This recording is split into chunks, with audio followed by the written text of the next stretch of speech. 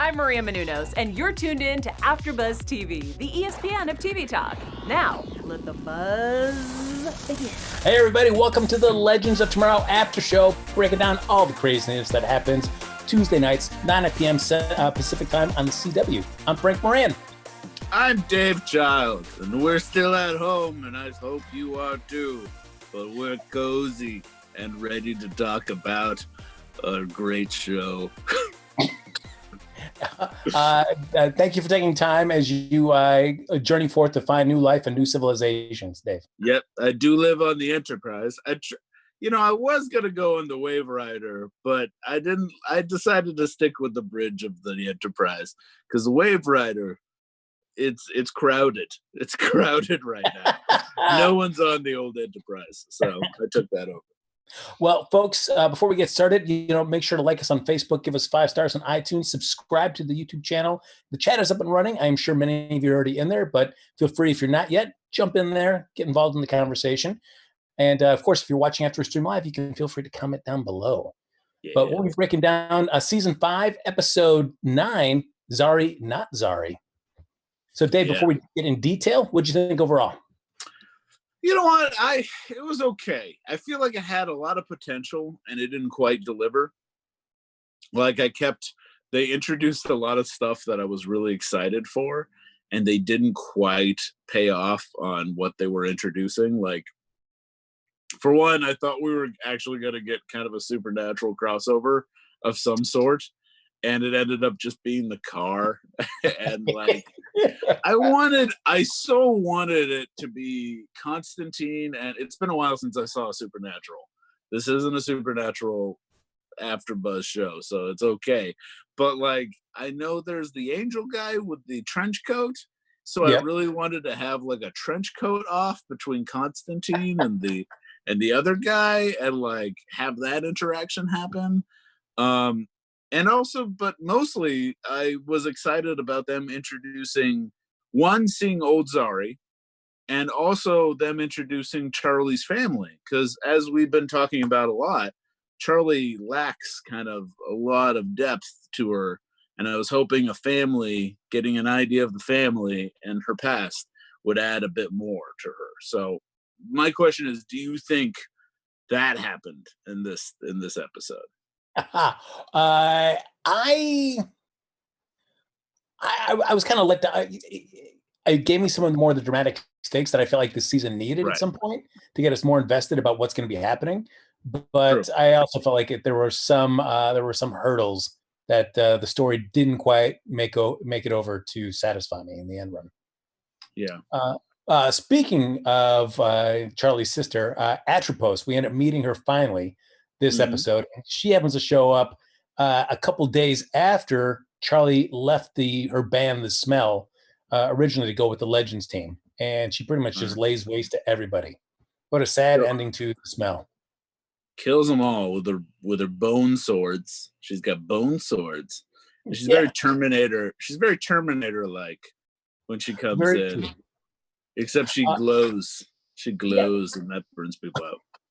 I guess we find that, as they've been saying all along, that to see their true form would kill anybody. So we just see, like, I guess the true form is just, I'm really, really blind.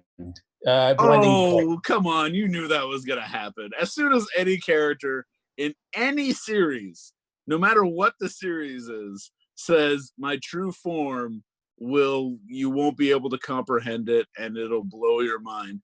That always means it's just a really bright light. That's every single time. I've never seen a series where someone has said that or have seen a godlike character and there's something other than a bright light in some way or form. Because I feel like it's the easiest way to communicate danger, because all you have to do is just cut away to the victim's face, shine a bright light on it, and they just freak out, and then it cuts. Right. And one thing I did like was you did get to see the one member of The Smell get the bright light on their face, and then they instantly, like, they looked happy for a moment. They were kind of like overjoyed at what they were seeing, and then terrified, and then their head blows up. It was very, Ark of the Covenant. And I think that's what all of these are kind of taking from, is the Ark of the Covenant in the Indiana Jones series. Yeah, but at least I guess they had the budget to face melt some of the bad guys. Yeah, we never really. This needed some Nazi face melting, like definitely, yeah. So basically, Charlie's drinking away her troubles because she finds out about the smell being killed. But Constantine's all fired up. Got to keep finding these pieces of the Loom of Fate. Got to keep doing it. So while nobody else wants to go on the mission, he goes off solo. Yeah. Go rogue Constantine. Yeah, we have like he says like, I don't have time for your tears to dry, Charlie, which is come on, Constantine. Come on. And then we also find out that we actually meet both of the, I think there's only 3 like Fate sisters, and I think this is the first time it was confirmed that that lady down in hell with all the coins is a member of the Fate sisters. Yeah, I mean, I think people had been suspicious of it because I felt like, why is she popping up? But yeah, this is the first time we get to really see like, oh yeah, that's the system. And then she's like, oh, what a good coincidence, because I'm following Constantine and I know exactly where Constantine's going.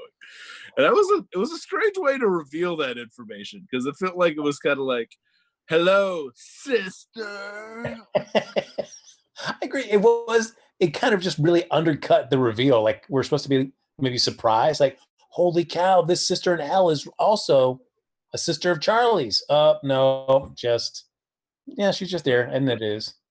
So. Yeah, I mean, yeah, it wasn't a big. I feel like they maybe should have saved it for another one. And I also kind of wanted a bit more. I am happy about the sister in hell, because I feel like she has a lot of going on, and we're still going to find out more about her. But the sister who has played the biggest part in this episode with the bone swords, it feels like she's just Terminator. Like, she's just the Terminator. And I kind of wanted a bit more character with her. What did you think of her? Yeah, she didn't have, I mean, other than just like, I will stop at nothing to get what I want kind of vibe for her. Yeah. We got really nothing else out of her. So, like, the woman down in hell and from Charlie than we do from her. Yeah, you said that we get more from the woman down in hell and from Charlie than from her. I mean, yeah, just in terms of the personality, like getting a vibe, like who they might be.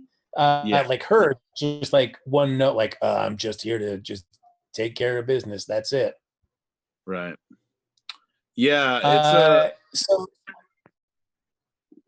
Oh, sorry. Go ahead, Frank.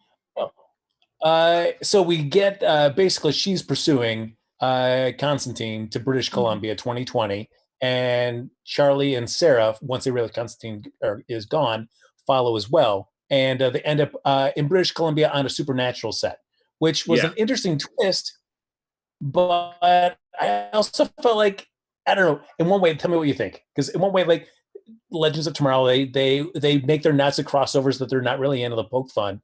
So is a way of doing a supernatural crossover, the only star of it is the car? Is that supposed to be like their twist on that?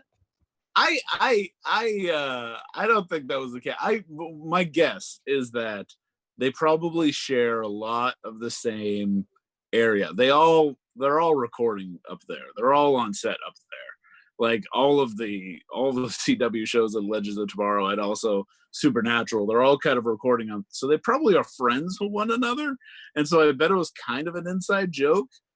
But I just wish we had just one, like someone walking through set. Like you see Dean for a second or something. Like it would just be nice to have one little like reason for them to be there, instead of this kind of inside joke about how, hey, we use the same people, we use the same locations.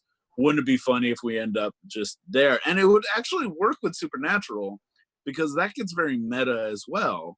There's like episodes of Supernatural where they're suddenly, I think they have Loki or someone, I forget who, kind of puts them into different universes. And one of them was they wake up and they're on set of Supernatural and it breaks the fourth wall.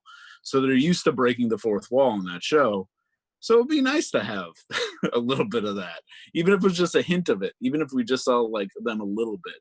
But all we got was the car, and then like I guess the hair and makeup team and the crew turning into zombies from the tree, I guess.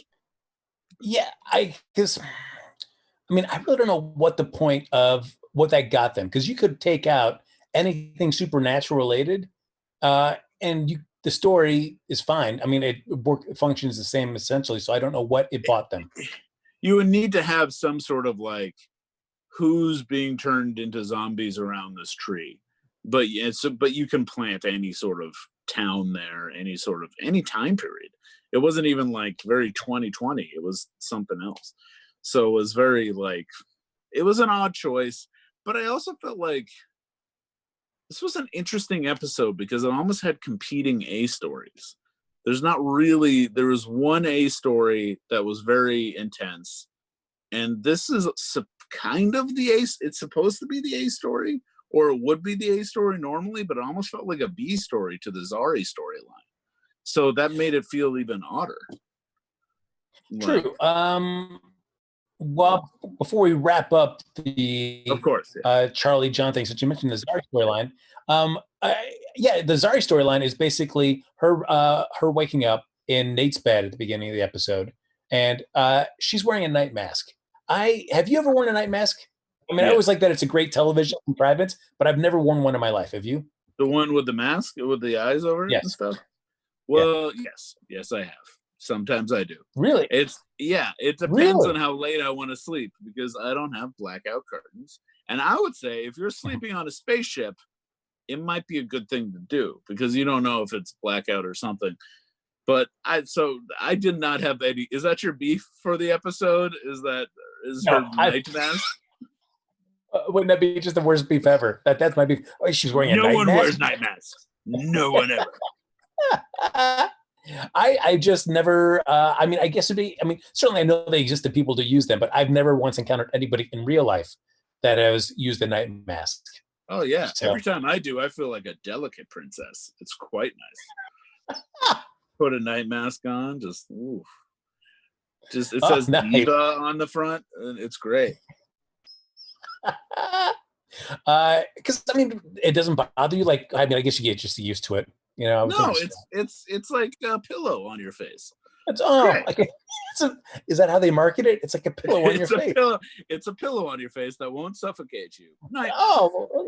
Also, when you said night mask, the first thing I thought of was actually the exfoliator makeup and stuff that you wear when you go to bed. Got it. And then, but the sleep mask is what you're talking about. Oh, sorry. I guess that's how out of the loop I am on this. Listen, Frank. Know the proper terminology. So basically what Zari's realizing through the course of this episode is that more and more memories of the previous timeline version of Zari, who sacrificed herself at the end of last season, is popping up in her head. And so Behrad says, you know what? Hey, anytime I want to try to figure out something, I commune with the previous totem bearers inside the totem. Yeah. So he basically channels it like a spirit quest for her.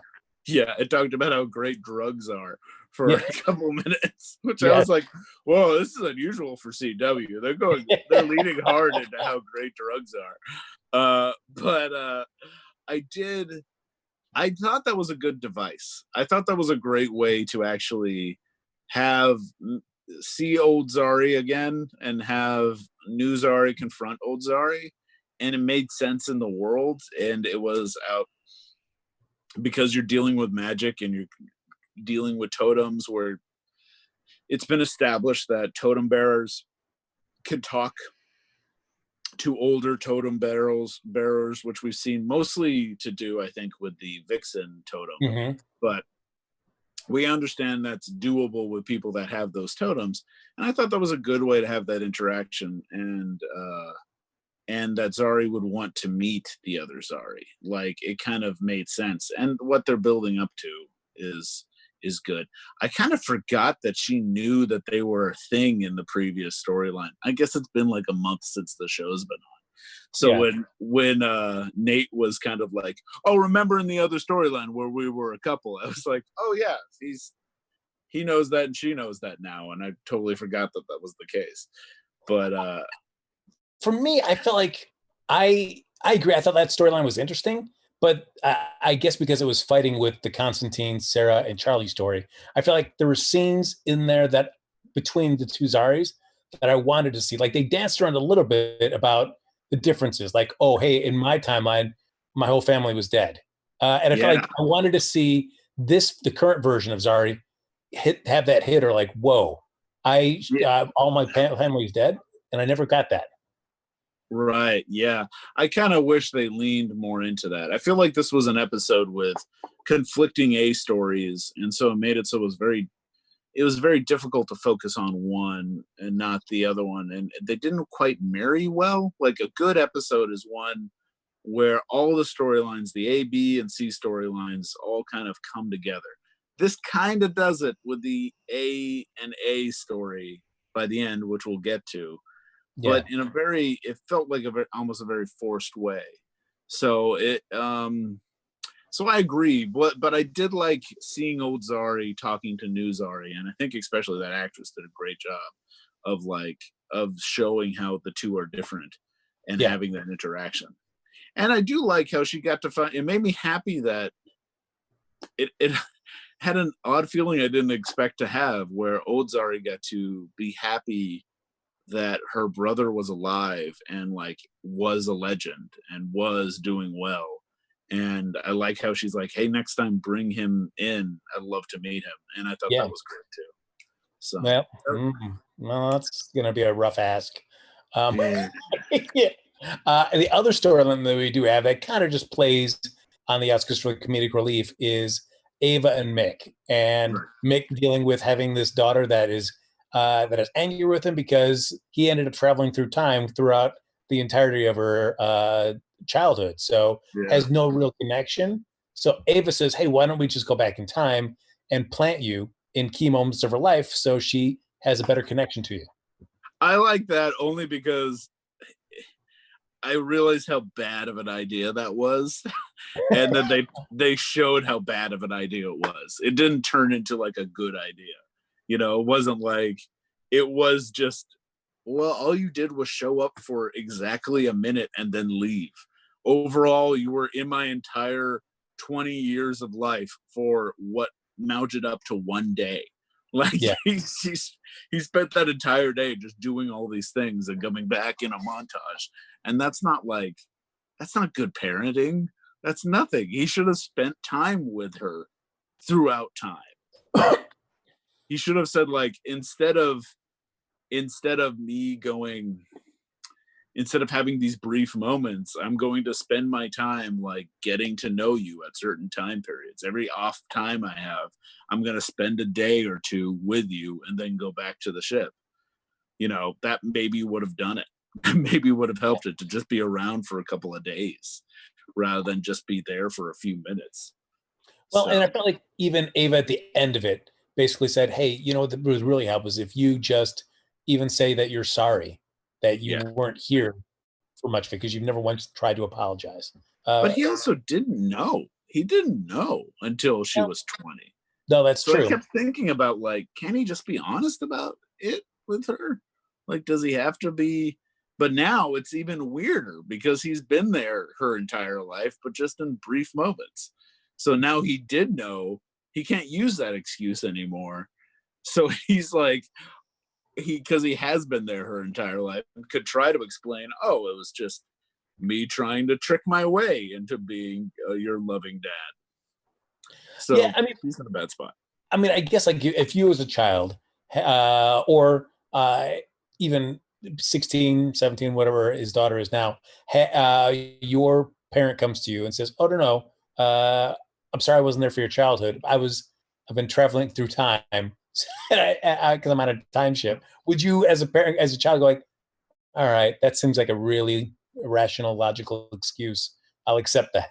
If I went on to the time ship, yes, well, of course, that would be the excuse I would be dreaming about. I would be like, if my parent is not around for me all the time, I would be creating these like, oh, I must be traveling through time. He must be like battling dinosaurs or something. So to find out that was true, I'd be like, great, you're off the hook. Now let me travel through time with you, and then we're okay. You know. Where's the first place you'd want to go in time with your parent? Ooh. I would say like I would like to see some dinosaurs. I think that would be a good like dad thing to do, right? Go That's with your cool. dad to see some dinosaurs. Yeah. That'd be cool. That'd be the first thing, I think. Actually, that's not a bad thing. That's actually a good deal. Yeah, let's do it. All right. Let's do it. Dave, I don't know if you know this. I haven't had a time machine. That's why I'm not, What? Yeah. And you're my dad, Frank? Yeah, that's right. Oh man! Did you come back in time to befriend me or That's right. forward? Wow! I just wanted. So the storylines start coming together there when Atropos follows Charlie, John, and Sara to British Columbia and gets into a big beatdown with Sara and Constantine.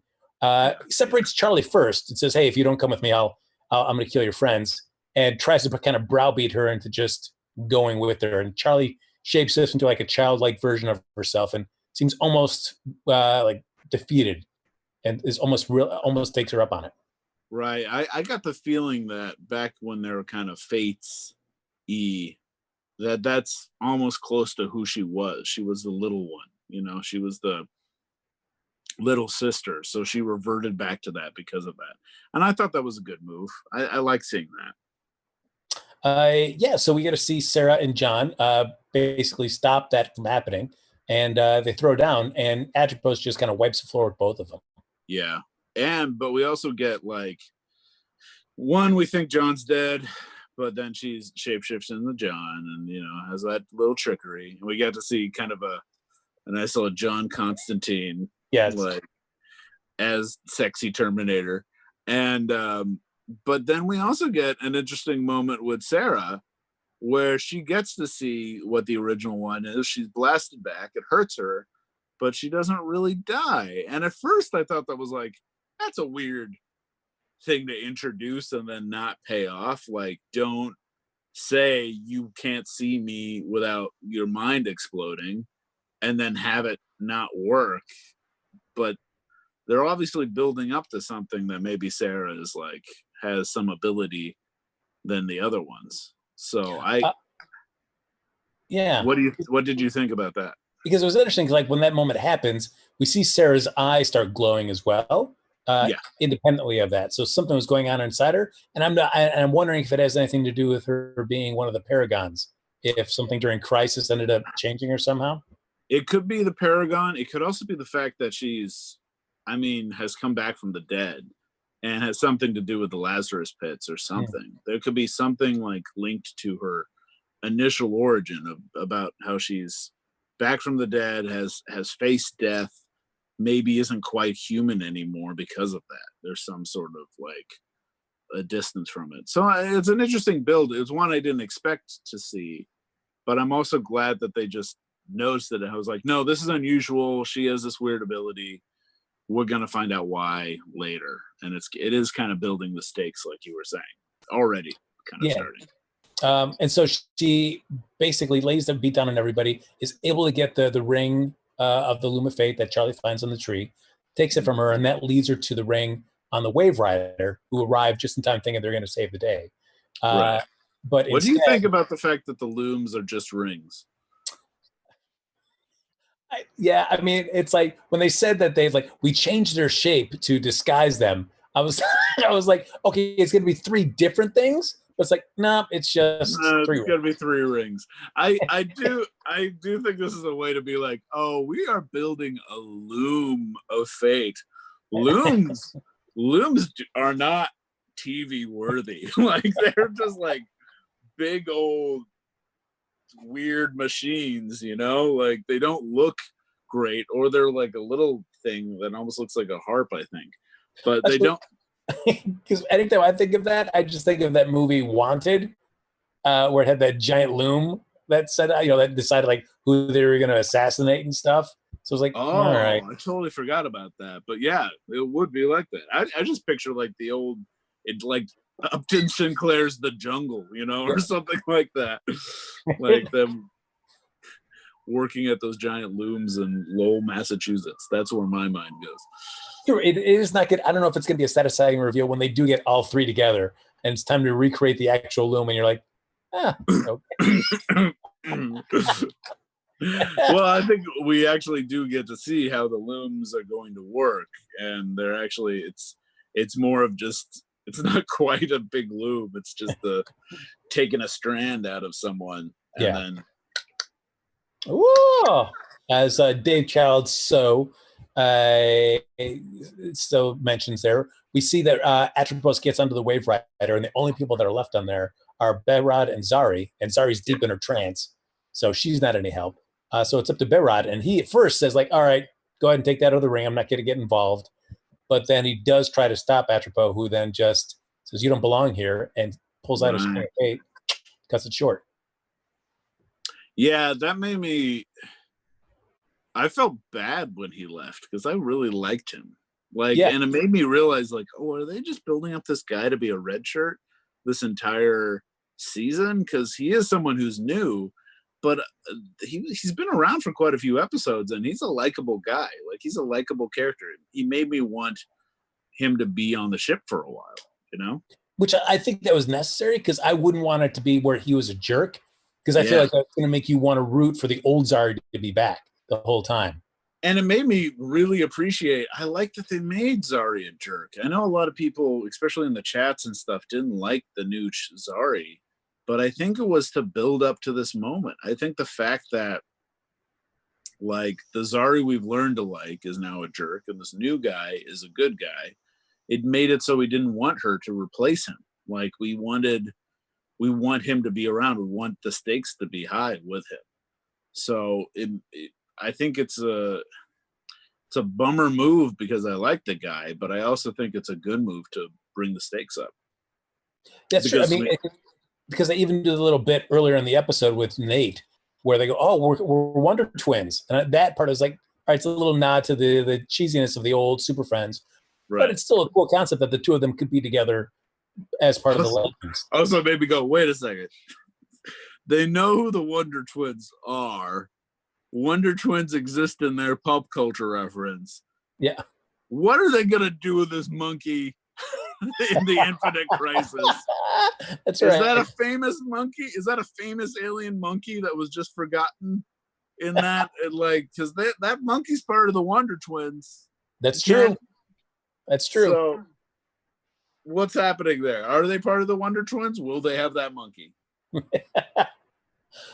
So after Behrad's dead, Atropos is going to get off the Waverider, but Sara has the idea of getting them into the time stream, and she goes to fight Atropos, and it doesn't do quite so well, but they're open up the bay doors, try to get her sucked into the time stream, and Charlie comes in to help out with that, and they end up chopping off her hand so they can keep the rings, but send Atropos into the time stream. And she's got that one-liner. She gets to have time for the one-liner. Oh, of course. Like, oh man, come on. just cut off the hand. So yeah, I mean, I was reading an interview in Entertainment Weekly where the actress who play Charlie, the actress playing Charlie, was saying that her and the actor playing Behrad had really kind of sat around and kind of talked about the relationship, because other than the two of them like having it hooked up, that we kind of saw that happen off screen, we really didn't know much about them, their dynamics, but they really, according to them and their offset chats about building a backstory, it set up that these two characters were like best buds, but then happened to just kind of like hook up every so often. So, so I mean, I feel like it's a bummer, because I feel like I would have liked to see more of that relationship, because if Charlie's going to have that, you might still. I wouldn't be surprised if we get a flashback in the next episode where the two of them are hanging out and like we get to see a bit more of their friendship. You know, they might use that device to kind of, don't you miss him? Oh, the stakes are high, you know, and have him come back. Yeah, because I feel like if I see a bunch of Charlie really angry or sad, part of me is going to be like, yeah, but I really haven't seen you guys at all together this season to get that investment that this show wants me to have. I think the investment with Charlie is more about the her family, her sisters, and her dealing with her sisters, and less about like, avenging him and more about just, I hate that I have to deal with my family. I hate that I have to have this connection with them. And I think they're probably going to play off of my guess. I guess this is a prediction, but my guess is that they're going to use like the family dynamic to be, can she turn them into good people? Can she kind of Steven Universe this whole thing and make them into like friends rather than into villains? Or will she keep attacking them and hope that she can defeat them like with violence, you know, and with fighting? And I'm there's probably going to be an in-between moment, because that's kind of a building off themes that Legends likes to do. There's no really bad people. There's kind of a, you see that especially with Dark, like, and the return of Damien Dark, and I bet it'll be hopefully kind of like that. It'll be nice.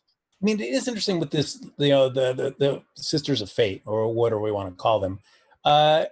Basically, they shouldn't be mad about the way that civilization has turned into now, since the loom was taken away. And that if the loom were still existing, we wouldn't have had all these the crazy wars that we've had, all these destructive tendencies. So I don't know. I don't know if I buy into all of that, because I don't know. It feels like that's more than what I think the loom is supposed to do. Well, I think they're building up the idea that they're basically gods. She even says, "I'm a god," but like I think they're having the idea that men weren't meant to have free will. They were supposed to follow what they decide. And Charlie was the one that gave them free will by giving up the Loom of Fate and scattering it. So I think they're building up the idea of they wanna have a world where everything is orderly and planned out, while, you know, we're on the side of free will, and it's about everyone having the freedom to make mistakes, and even if that means massive wars and such. So before we wrap up, I'd be remiss if we didn't do everybody's favorite segment, the one that's, as always, sweeping the internets and the interweb. Where's the beef? Dave Child, I know I've got a beef for this episode. Do you have a beef? My biggest beef was teasing the Supernatural crossover and not having. All you needed was to have one of them, not even all three of the leads. I just needed one of them. It could even be the angel guy just walking through. Like, I just needed one of them, and instead they just had the car, and it wasn't enough. That was my biggest beef. All right. Mine is that sleep mat. It's just that sleep mat. Really, Son of a bitch.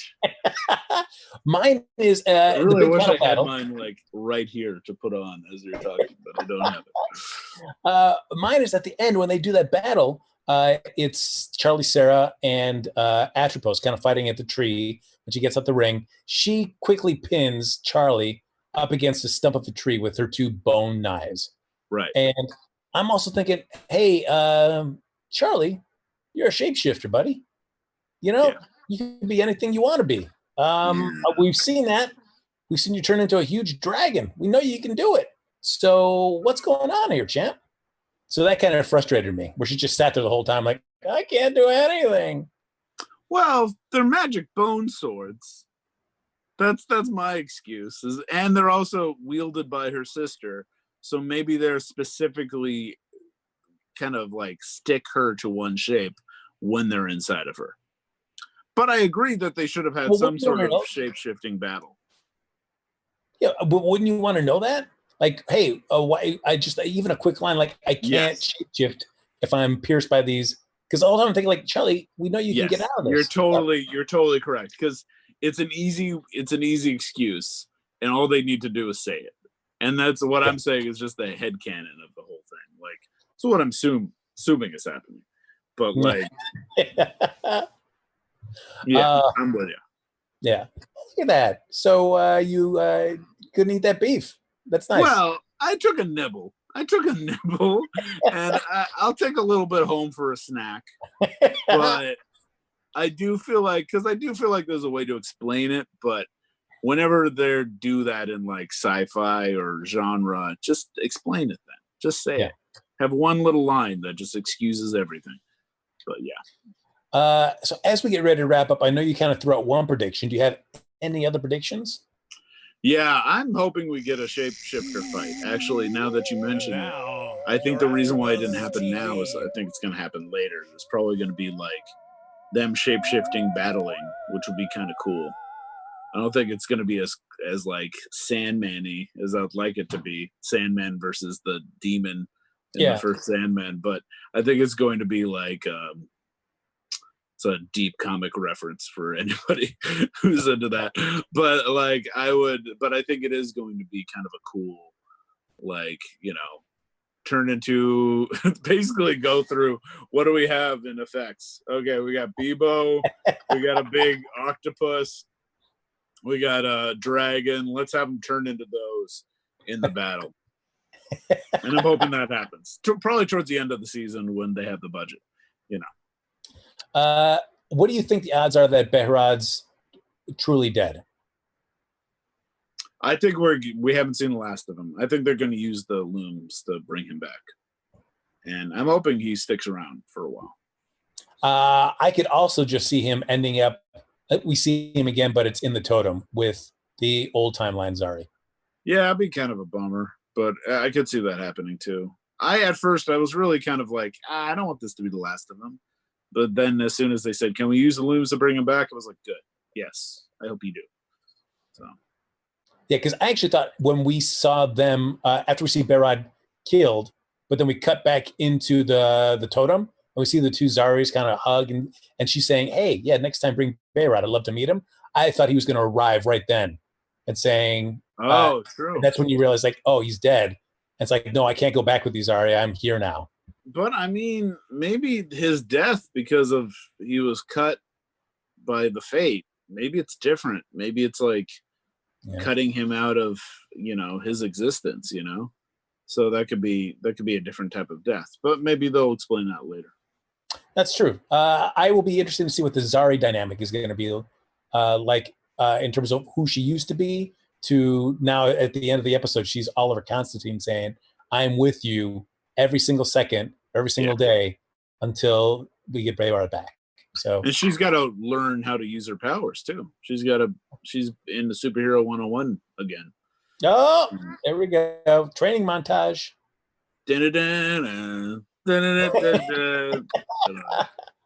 Nice. Well, the show did say though that they know that Sarah's got some extra power, so Charlie's going to want to keep pursuing what that is and how they manage it. And of course, Sarah's going to be like, "No, I'm fine. Don't worry about it. It's all good." Yeah. So I'm sure I'll be quickly tired of that dynamic. I predict that. That's my prediction. All right. Ladies and gentlemen, that's going to do it for this episode of the Legends of Tomorrow After Show. As always, like us on Facebook, give us those 5 stars on iTunes, subscribe to the YouTube channel. Thank you, everybody, for hopping in the chat. But if you want to stay in touch with either Dave or myself after the show is over, Dave, where can they find you?